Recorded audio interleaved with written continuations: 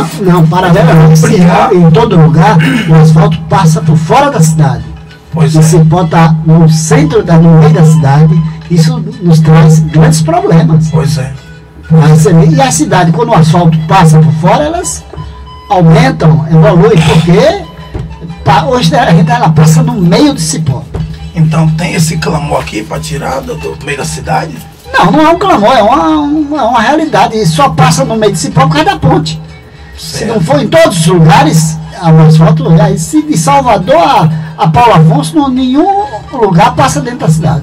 Só Cipó. Mas se passa por toda a cidade. E quase ninguém hoje conhece Cipó, imagina se passasse por fora. Imagina se passasse por fora. Eu estava questionando isso há pouco tempo, deputado, sobre a questão da ponte, que são desde 1942 que existiu uma mão ali do homem dando uma reforma nessa ponte. A qualquer momento, se Deus permitir, esse tempo permitir, mas a qualquer momento essa ponte pode estar aí deixando muita gente aí prejudicada, né? Pois é. Mas nós estamos atentos, sabe?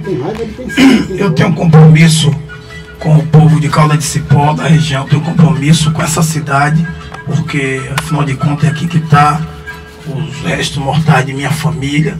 Possivelmente o meu vai vir para cá, o de minha mãe, tá entendendo? E eu tô aqui sempre, então eu não posso ficar calado.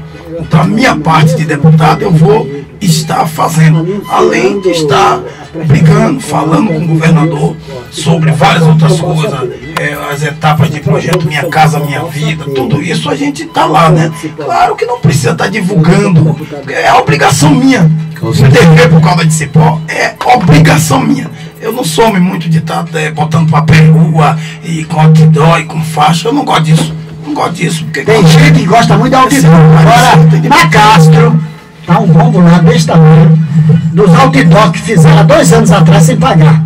Então o cara lá, deixa pra lá. Deixa pra lá. Deixa pra lá.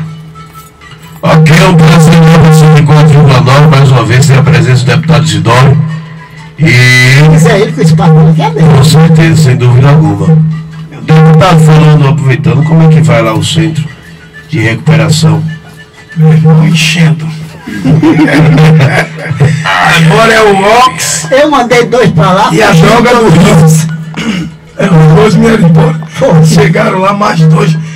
Pois é, quando vai de livre e espontânea vontade, é incrível. Né? Mas ele me disseram que era de livre e espontânea vontade. É isso. Mas chega lá, não sei, a galerinha. Mas na hora que quiser voltar, pode mandar pra lá. Eu tenho até um embalado aí, um embalado aí pra... Mora comigo, eu moro no meio deles. Tá entendendo?